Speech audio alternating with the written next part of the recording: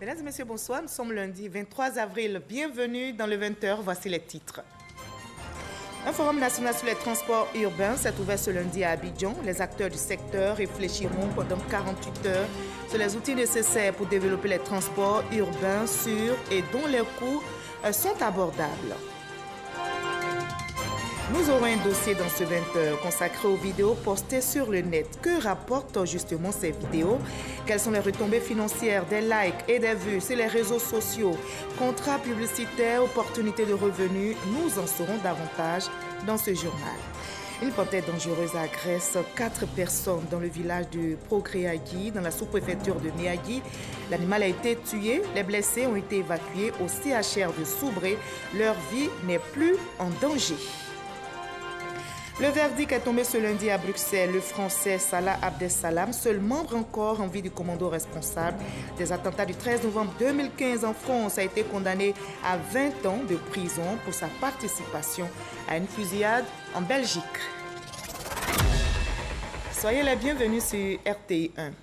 Un forum national sur les transports urbains s'est ouvert aujourd'hui ici à Abidjan. Les acteurs du secteur réfléchiront pendant 48 heures sur les outils nécessaires pour développer les transports urbains sûrs et dont les coûts sont abordables. Des propositions seront faites aux décideurs, c'est ce que nous rapporte Jean-Luc Bambo. Comment accéder à des transports qui soient en harmonie avec la forte urbanisation de la Côte d'Ivoire? Cette question, au centre de ce forum, est d'autant plus d'actualité que le pays connaît l'une des urbanisations les plus fortes d'Afrique subsaharienne. Sa population urbaine, représentant 50% de la population nationale, compte 46% en 1998. Partout en Afrique, les villes connaissent une démographie galopante et il faut donc dès aujourd'hui prendre les meilleures mesures, les meilleures décisions pour faire face, n'est-ce pas, à ce gonflement démographique des villes. La Côte d'Ivoire a intégré le programme de politique de transport en Afrique, un partenariat réunissant 40 pays africains et qui vise à promouvoir un transport au service de la croissance économique. Le gouvernement ivoirien s'est engagé pour les années à venir à faire d'importants investissements afin de doter non seulement Abidjan, mais le pays tout entier d'un système de transport de haute qualité, moderne, assurant un service rapide, confortable et respectant les normes environnementales. L'ambition est de faire de la Côte d'Ivoire un hub en matière de transport, un objectif qui ne pourrait être atteint qu'à travers le respect d'un plan d'action rigoureux. Que le matériel qui doit servir à transporter les populations et les biens soient des matériaux fiables. Les conditions ou l'environnement dans lequel les populations sont transportées, nous veillons à ce que cet environnement soit un environnement assaini. Le forum a été l'occasion de présenter les résultats d'une étude réalisée sur la mobilité urbaine en Côte d'Ivoire. Rapport qui alimentera ces 2 jours de discussion entre acteurs du monde du transport. L'UEMOA face au défi de l'opérationnalisation des bourses de sous-traitance et de partenariat. Ces bourses ont vocation à accompagner le développement des PME dans une économie. Seulement voilà, bien qu'elles existent dans l'espace UEMOA, Union économique ouest-africaine, ces bourses ne sont pas opérationnelles pour la plupart. Alors comment y remédier? La question est au centre d'une rencontre à Abidjan. Mama Traoré. Quand une entreprise exprime le besoin de recourir au service d'une autre afin de réaliser un projet donné, cela s'appelle de la sous-traitance. Il lui est alors recommandé de s'adresser à la bourse de sous-traitance, seule capable de l'orienter vers le partenaire compétent. En la matière, la bourse de sous-traitance et le partenariat de Côte d'Ivoire a fait des bons qualitatifs ces dernières années. Aujourd'hui, toutes les PME peuvent être recensées et être identifiées de façon géographiquement bien identifiées et répertoriées via un GPS, puisque nous avons également développé des systèmes dans ce sens-là. Si vous voulez, c'est les équipements qui nous manquaient. Mais au jour d'aujourd'hui, nous sommes en train d'être équipés au fur et à mesure grâce à un appui étatique. Il existe une bourse de sous-traitance et de partenariat BSTP dans chacun des 8 pays de l'UEMOA, Union économique et monétaire ouest-africaine. Mais elles sont pour la plupart confrontées à un manque de moyens techniques pour être au point et booster ainsi la compétitivité des PME, petites et moyennes entreprises de la sous-région. La Commission se réjouit de la mise en réseau des BSTP nationales de l'espace UEMOA en vue de mutualiser les efforts pour former un marché plus étendu de la sous-traitance. Des efforts doivent donc être entrepris en vue de remédier aux difficultés de fonctionnement de certaines BSTP. Le défi de la compétitivité reste encore l'un des plus grands auxquels sont confrontées nos entreprises aujourd'hui. Il nous appartient de travailler ensemble à le relever. La sous-traitance dans cette perspective n'est plus une option pour le développement des entreprises, mais il me semble bien un impératif. Le label de compétences et la charte régionale de la sous-traitance, deux outils que le réseau des BSTP de l'espace UEMOA entend mettre au point à la faveur de sa réunion annuelle ouverte ce lundi à Abidjan. Outils qui, en plus des moyens des États membres, donneront plus d'efficacité aux actions des bourses de sous-traitance et de partenariat de l'espace UEMOA. Et on en arrive à notre dossier de ce 20h. Ce soir, nous jeterons un regard sur les réseaux sociaux. Que rapportent les vidéos postées sur le net en termes de revenus? Quelles sont les retombées financières des likes et des vues sur les réseaux sociaux? Contrats publicitaires, opportunités de revenus? Élément de réponse dans ce dossier signé Jean-Luc Bambo. C'est quoi ça?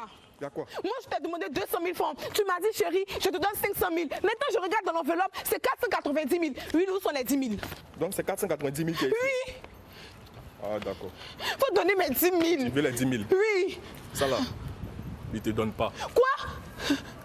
Cette scène de ménage en pleine rue n'est qu'une parodie, une mise en scène filmée qui sera postée sur les réseaux sociaux. Wilfried, Moses et Jennifer en ont fait leur spécialité. Bien connus sur les réseaux sociaux à travers le groupe Ça c'est quoi ça encore, leurs vidéos font rire chaque jour quelques 500 000 personnes. D'abord on est venu par passion et puis c'est ensuite qu'on a vu que mais où on est là, ça fonctionne plutôt bien. Donc voilà, on est resté dedans. Des vidéos pour faire rire, mais pas que. Quand tu as l'audience, ça te permet d'attirer des marques. Et quand tu attires des marques, là, on joue un peu. Voilà quoi. Ça rentre. Ça nous permet de ne pas manquer des 50 000, 10 000, 20 000. En tout cas, il y a des sommes, on ne peut pas dire on n'a pas quoi chez moi. Un business juteux pour ces jeunes qui prêtent actuellement leur talent d'acteur à une dizaine d'entreprises en Côte d'Ivoire. Donc on fait des trucs, des publicités subtiles. C'est-à-dire on place un produit, peut-être lui, il parle, il a un verre, il y a une marque, il boit le verre tranquille. C'est de la publicité pour la marque. Maintenant, pour la rémunération, on s'entend avec le client. Ça peut se faire avant la production. Généralement, c'est avant la production qu'on est d'accord dessus. Il nous paie et après, on produit sa vidéo. Mais la notoriété de Ça c'est quoi ça encore sur la toile n'a pas encore atteint celle d'Edith Brou. Véritable star du web en Côte d'Ivoire, Edith est aujourd'hui la productrice de contenu vidéo la plus demandée. Les Africains consomment les vidéos comme des bonbons. Et vu qu'ils n'ont pas tout le temps de lire, produire beaucoup des vidéos chaque jour pour Facebook, Twitter et les autres réseaux sociaux. Les revenus issus de ces publications sur les réseaux sociaux lui ont permis aujourd'hui de monter une entreprise avec 8 salariés. Son principal produit, Edith a testé. Des vidéos courtes qui testent de nouveaux produits d'entreprise et donnent une opinion aux consommateurs. Tout d'abord, les plus. En 1, il y a la charge rapide. Vous êtes sûr de ne pas perdre de temps. En 2, il y a le design soigné et chromé de ce téléphone. En 3, la qualité de la caméra et les selfies nocturnes. Et en 4, l'autonomie de la batterie. Le système de rémunération varie d'un réseau à un autre. Sur YouTube, par exemple, la rémunération de base est de $1 pour 1000 vues. Je ne gagne pas suffisamment sur YouTube, en fait. Je ne gagne presque pas. Où ça me rapporte, c'est quand quand un annonceur est sur le programme ou a sponsorisé le programme, en fait. Donc, c'est plutôt sur du sponsoring de programme qu'on gagne. La publicité est donc le meilleur mode de rémunération pour les producteurs de vidéos sur les réseaux sociaux. La plus grosse fortune dans le milieu est détenue par le Britannique Daniel Middleton avec ses 11 milliards de vues pour plus de 9 milliards de francs CFA récoltés en 2017. En Côte d'Ivoire, Florent Amani, plus connu sous l'appellation Observateur Eben, est également un modèle de réussite dans le milieu. Sa notoriété, il l'a bâti en publiant des vidéos délirantes sur le web. Nous sommes ici pour le jugement de cette putain de souris. Accusés, levez-vous. Vous êtes accusés. Vol à l'étalage, destruction de biens publics. Suivi par plus d'1 million d'abonnés sur les réseaux sociaux, Observateur Eben est désormais installé en France où il continue de produire des vidéos et d'engranger les revenus. Retour à Abidjan. Nous sommes dans les locaux de la filiale Afrique d'un des plus gros hébergeurs de vidéos au monde. Dailymotion. Fondi Aka est le responsable des contenus. Chacun de nos partenaires vient sur la plateforme, crée sa chaîne et peut importer son contenu sur la chaîne de lui-même.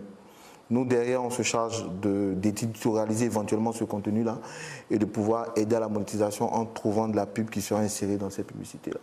Le but, c'est de vraiment travailler avec eux pour que demain, ils puissent atteindre des taux de rémunération comme certains gros producteurs de vidéos pour le web qui existent en Europe et dans le monde. Mais il ne suffit pas d'avoir le maximum de vues et de likes pour engranger plus de revenus.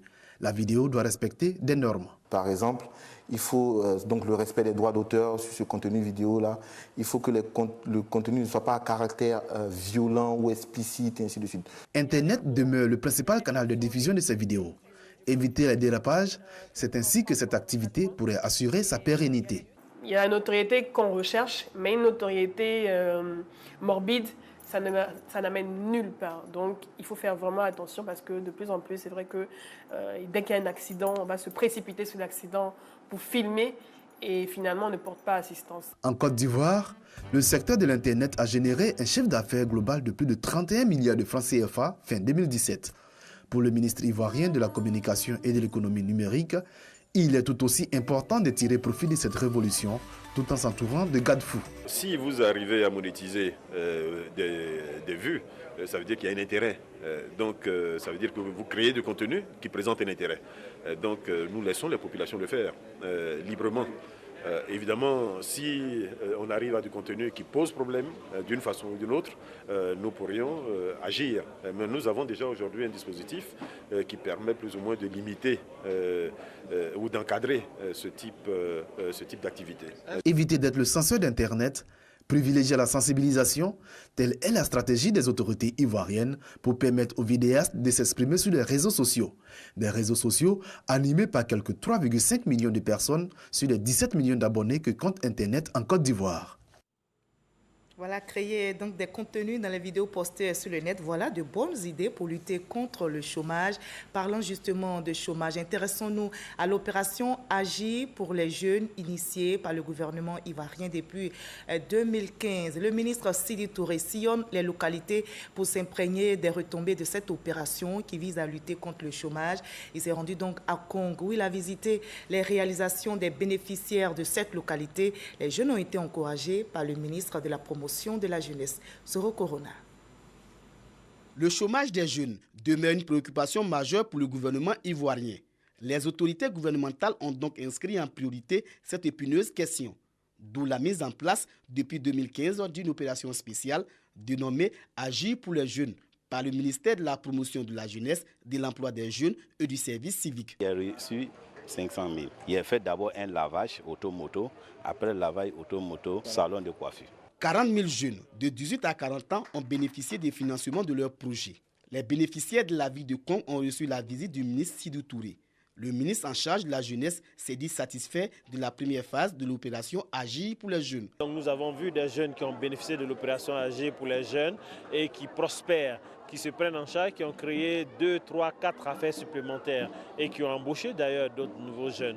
Donc ceci est un exemple d'opérationnalité assez exceptionnelle et nous encourageons les jeunes à aller dans le secteur de l'entrepreneuriat. Les élus et responsables de jeunesse saluent l'engagement du président de la République, Alassane Ouattara. C'est nous, élus, qui sommes heureux, puisque nos jeunes ont été vraiment motivés et galvanisés. Je pense que les jours à venir, nous serons encore envahis par les projets. Je lance un appel à tous les jeunes de Côte d'Ivoire d'aller s'inscrire sur la plateforme de l'agence Emploi Jeunes et d'être là pour veiller à ce que justement les demandes soient prises en compte. La première phase de l'opération Agir pour les jeunes a mobilisé plus de 4 milliards de francs CFA. 8027 projets ont été financés. Et parmi ces projets, on peut noter aussi l'agriculture qui est un secteur attractif pour la jeunesse ivoirienne. Et les chiffres l'illustrent bien. Plus de 50% des planteurs dans la cacao-culture et la culture d'anacarde ont moins de 40 ans. C'est l'expérience que le ministre de l'Agriculture et du Développement rural, Mamadou Koulibaly Sangafoua, partage au Salon de l'agriculture qui se tient au Maroc. Noël Nyagno est notre envoyé spécial. Salon international de l'agriculture du Maroc à Meknès. L'ouverture, c'est pour ce mardi 24 avril. D'ici à là, les politiques, les scientifiques, les professionnels ont réfléchi sur jeunesse, principal moteur et bénéficiaire du développement agricole. Une occasion pour passer au crible les voies et moyens à mettre en œuvre pour rendre l'agriculture attractive aux jeunes. Parce que grosse d'opportunités de création de richesses et d'emplois.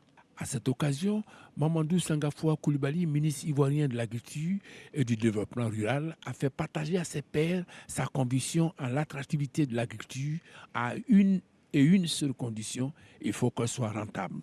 Une conviction assise sur 2 constats. 1. L'évolution de la pyramide des âges dans la cacaoculture depuis la réforme de 2012. En 2011-2012, 60% des cacaoculteurs avaient plus de 60 ans. Lorsque, au terme des 5 années de la mise en œuvre de la première génération du programme national d'investissement agricole, nous avons refait l'enquête sur la pyramide des âges, aujourd'hui, le résultat est que nous avons plus de la moitié des agriculteurs qui ont moins de 40 ans. Donc, en l'espace de 5 ans, la pyramide des âges a évolué en Côte d'Ivoire. Alors, la question qu'on peut se poser, qu'est-ce qui s'est passé en 5 ans? Il s'est passé une chose simple pour 2 filières principales dans notre pays, la filière cacao et la filière anacarde. Parce que sur ces 5 ans, les producteurs de ces filières ont vu leurs revenus doubler. Nous sommes passés ainsi de 3 000 milliards de francs CFA captés directement par les producteurs en 2011-2012 en Côte d'Ivoire à plus de 6 000 milliards de francs CFA. Donc, puisqu'elle devenait rentable, ce qui s'est passé, les jeunes qui étaient en ville, beaucoup sont retournés prendre en main les exploitations de leurs parents. Autre composant de sa conviction, la maîtrise de la chaîne des valeurs par le producteur, à travers un exemple édifiant d'un couple de jeunes producteurs dominicains. Dès qu'il passe de la fève au produit semi-fini, tenez-vous bien, il multiplie la valeur ajoutée de 389%. Et quand il passe de la fève au produit fini, c'est-à-dire aux bonbons et au chocolat, il multiplie la valeur ajoutée de 6751%. En un mot commençant, la rentabilité est donc un facteur incitateur. Il faut donc investir dans le secteur agricole. C'est le sens du PNIA 1 et du PNIA 2. La jeunesse était également au cœur de la 11e édition du Festival des musiques urbaines d'Anoumambo, FEMIA, qui a refermé ses portes, je rappelle, hier dimanche. En marge de ces festivités, le joueur de la FIFA, Abdoulaye Diabaté, a sensibilisé les joueurs africains sur l'épineuse question de l'immigration clandestine. Il leur a demandé de mieux s'instruire à l'école avant d'entamer une carrière professionnelle. On en sait plus avec Issa Tchonayeo. L'immigration clandestine, un véritable fléau qui mine toute la jeunesse africaine. L'agent de joueur FIFA, Abdoulaye Diabaté, a mis à profit le FEMIA. Beaucoup de jeunes embrassent la mort par les voies contournées de l'immigration clandestine. Donc nous, c'est vraiment dire à ces jeunes-là qu'il faut qu'on reste ici, on va les aider à valoriser les talents. On va créer des partenariats où ces personnes seront fréquemment aux abords de la lagune de Viguier ici, le regarder, et les plus chanceux, les plus talentueux pourront connaître une aventure. Le manque de professionnalisme en Afrique et le mauvais traitement des joueurs footballeurs sont une cause de leur exode vers l'Europe. Abdoulaye Diabaté, l'agent des joueurs, sollicite l'aide des États pour une meilleure organisation du football. Au niveau de la Côte d'Ivoire en général, nous en manquons. Il y a les infrastructures. Le football est pratiqué dans les quartiers, je dis que les plus démunis. Permettre seulement ce type de jeu-là, avec une volonté politique, avec des collectivités territoriales, avec l'État lui-même qui doit s'impliquer et se jouer sur le gendarme pour qu'on puisse essayer de rester dans les normes. La carrière d'un footballeur étant éphémère, l'agent des joueurs, FIFA, exhorte les footballeurs à s'instruire davantage. Le FEMIA, c'est aussi les rencontres de la SACEM pour mieux former les professionnels du secteur de la musique sur le continent. Je l'annonçais dans les titres, une panthère dangereuse a agressé 4 personnes dans le village de Pogréagui, c'est dans la sous-préfecture de Méagui. L'animal a été tué, les blessés ont été évacués au CHR de Soubré, mais heureusement, leur vie n'est plus en danger. Le reportage de notre correspondant à Méagui est commenté par Mamadou Kwasi. Cet animal couché sur cette photo est une panthère. Elle est à l'origine de l'alarme des populations de Pogréadi, un village de la sous-préfecture de Miadi, au sud-ouest de la Côte d'Ivoire. Le félin avait agressé des planteurs dans leur campement, leur causant de blessures importantes, avant de disparaître dans la forêt. Non, quand il venait là, c'est ça, il a commencé à courir. Quand il est couru maintenant, quand il est tiré là, il est sauté en même temps pour m'attraper. Quand il est allé maintenant, il y a un bois qui était au milieu. Il n'a pas pu sauter les bois là. Et puis il est tombé. C'est ça, il est venu manger ici là. Voilà. Donc quand il dit qu'il est debout maintenant, c'est ça que ce jonc là maintenant, il est pris ça pour attraper. Quand il m'a fait comme cela, je n'ai pas vu même il a rentré encore. Mais aujourd'hui, la vie de ces blessés est hors danger. C'est un chasseur d'oiseaux venu de Miyagi qui a réussi à l'éliminer après plusieurs heures de recherche. Les populations de Pogréadi sont encore sur le choc et en alerte. Elles se demandent toujours d'où est sorti l'animal et si ce félin vivait seul ou en groupe. C'est un animal, on ne doit pas le battre. Mais comme nous, on ne sait pas où même il est quitté. Au moins ici, il n'y a pas une forêt classée, c'est dans les champs de riz, champs de maïs. Dieu merci, l'animal est mort, on remercie le bon Dieu. On ne veut pas ce genre de choses se répètent. On ne veut jamais voir ce genre d'animal. Selon les responsables des eaux et forêts de la région de la Nawa, la panthère serait sortie du parc national de Taï, situé non loin de la sous-préfecture de Miyagi. Et sa réaction fait suite à une probable agression. Actuellement, la panthère tuée est aux mains des services des eaux et forêts. Le temps de faire la lumière sur cette apparition qui alimente encore les conversations dans la région de la Nawa. À Dabou, dans la région des Grands Ponts, l'actualité, c'est l'installation d'une unité de transformation de manioc et des plateformes des produits vivriers locaux. La pose de la première pierre a eu lieu en présence des membres de la Fédération nationale des sociétés coopératives de vivriers de Côte d'Ivoire, initiatrice de ce projet. Chantal Eouma Kanda. Voici la maquette de l'unité de transformation de manioc et de la plateforme de chargement et de déchargement de produits vivriers dans la localité de Lopou à Dabou. L'implantation de ces ouvrages agricoles rentre dans le cadre d'un programme d'appui à la sécurité alimentaire. On a au moins 5 délivrés de manioc qui va être fait et vendu en Côte d'Ivoire, la sous-région et internationale. On a les champs de piment qui va être produit dans la région, mais toujours avec le système d'irrigation pour que sur les 12 mois de l'année, qu'on ait toujours les produits frais sur nos marchés. L'implantation de cette unité agricole à Lopou va générer 4000 emplois directs pour les jeunes. Les autorités locales ont salué ce projet qui vient booster le développement de la région des Grands Ponts. Chères braves femmes, la création d'une plateforme et d'une usine de transformation du manioc va accroître sans nul doute votre production, augmenter considérablement votre revenu et surtout régler la question de la pénibilité de la production artisanale de la tiéké contraignante et fastidieuse. La vitalité de l'économie rurale repose en grande partie, pour ne pas dire exclusivement, sur le courage et la détermination de ces femmes du secteur rural. C'est donc pour la communauté tout entière une obligation d'œuvrer pour l'autonomisation effective de la femme. Avec la localité de Lopou, ce sont 11 autres régions de la Côte d'Ivoire qui ont déjà accueilli le lancement de ce programme. Il y a l'État de Côte d'Ivoire qui accompagne ce projet. Aujourd'hui, tout le monde est mobilisé avec les 50 000 hectares de la production que nous allons engager dans toutes les régions. Au plan national, le projet va générer 20 000 emplois directs. La deuxième édition des Vendredis de la chaire UNESCO vient de se tenir il y a quelques jours à l'université Félix Houphouët-Boigny de Cocody. La médiation des conflits, voilà le thème de cette édition. Notez que la chaire UNESCO est une plateforme apolitique qui se veut être un cadre d'échange et de partage sur les sujets relatifs aux formations. Explication détaillée avec Abou Sanogo. La médiation de conflits. Thème au cœur de la deuxième édition des Vendredis de la chaire UNESCO organisée à l'université Félix Houphouët-Boigny à Cocody. plateforme apolitique qui se veut être un cadre d'échange entre les différents acteurs de la chaire UNESCO pour la culture et la paix. Ce forum a pour finalité de rapprocher les auditeurs, les formateurs, les encadreurs et d'échanger sur les sujets relatifs aux formations de la chaire UNESCO. Michel Guillaume Hoffnung a animé la conférence sur la médiation de conflits, qui pour elle est un atout de diplomatie économique. Le médiateur, selon elle, doit être impartial et indépendant. Pour elle, la médiation n'est pas une procédure allégée.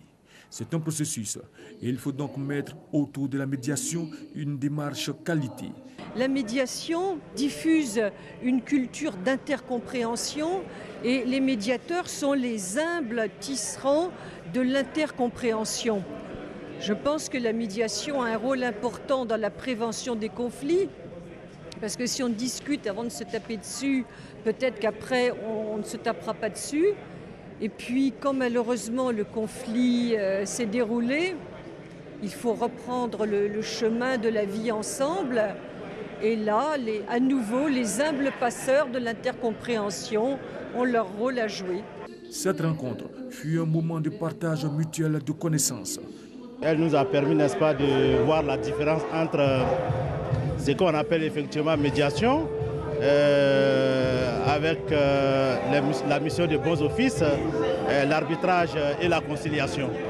Donc naturellement, c'est un concept qui a été dépouillé et ça permet à tout le monde effectivement, n'est-ce pas, de le comprendre dans les moindres détails. La chaire UNESCO est perçue comme une réponse aux nombreux conflits armés et troubles sociaux multiples qui secouent l'Afrique. Elle souligne également l'importance de la paix et de la nécessité de promouvoir les droits de l'homme et la démocratie. Sur le terrain politique à présent, la section PDCI RDA de la commune de Makori vient d'effectuer sa rentrée politique. C'était en présence du secrétaire exécutif du parti. L'objet de cette rencontre, la mobilisation des militants pour les échéances à venir. Ahmed Traoré, Herman Divé. Rentrée politique de la délégation du PDCI RDA de Makori. Pour l'occasion, des personnalités du parti sont présentes et parmi elles, le secrétaire exécutif du PDCI RDA, Maurice Kakou-Gikawe, le coordonnateur de la zone sud, Noël Akossi-Benjo et le secrétaire aux élections, Adiko Roland. Des personnalités du parti venues orienter le délégué communal, Abi Raoul, et les militants de la commune de Makori. Mobilisation et observation stricte des consignes et mots d'ordre donnés par leur leader. Voici le message principal porté aux militants au cours de cette rentrée politique. Abi Raoul, le délégué communal, a reçu le satisfecit de la haute direction du parti et du président Henri Conan Bédier pour la vitalité qu'il a su insuffler au parti à Makori. Des réunions régulières et des audits ont permis de garder les troupes prêtes pour les batailles à venir. Tout cela dans l'unité du RHDP. Les moments forts de cette cérémonie, la décoration au titre de commandeur et d'officier des militants les plus valeureux, également des motions de soutien pour appeler à l'union sacrée autour du délégué communal Abi Raoul afin de garantir au RHDP de conserver la commune stratégique qu'est Makori. Pour le reste de l'actualité à l'étranger, je vous propose un bref tour en Arménie, à Madagascar et en Belgique, où le Français Salah Abdeslam, seul membre encore en vie du commando responsable des attentats du 13 novembre 2015 en France, a été condamné à 20 ans de prison. Olivier Iriebi, à Boussanogo.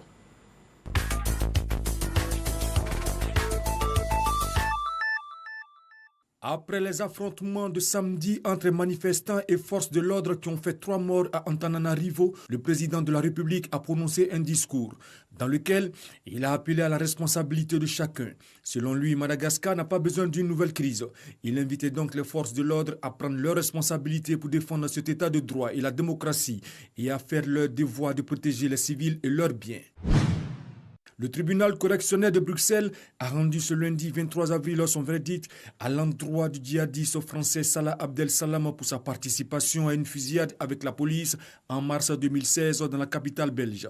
Salah Abdeslam, dernier survivant des commandos des attentats du 13 novembre 2015, a été reconnu coupable par la justice belge de tentative d'assassinat sur des policiers dans un contexte terroriste.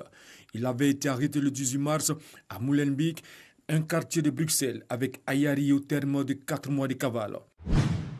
Le Premier ministre arménien, Serge Sarkissian, a rendu sa démission ce lundi après 11 jours de manifestations antigouvernementales dans la capitale Erevan. Il est accusé par l'opposition de chercher à s'accrocher au pouvoir après avoir passé 10 ans à la tête du pays. Le député Nicole Pachinian, chef de la contestation arrêté au début des manifestations, a été libéré un peu plus tôt dans la journée. Voilà la fin de ce 20h, supervisé par Hervé Blé, réalisation assurée par Edouard Kofi Sakra et Yo Parfait. Merci à vous tous de votre aimable attention.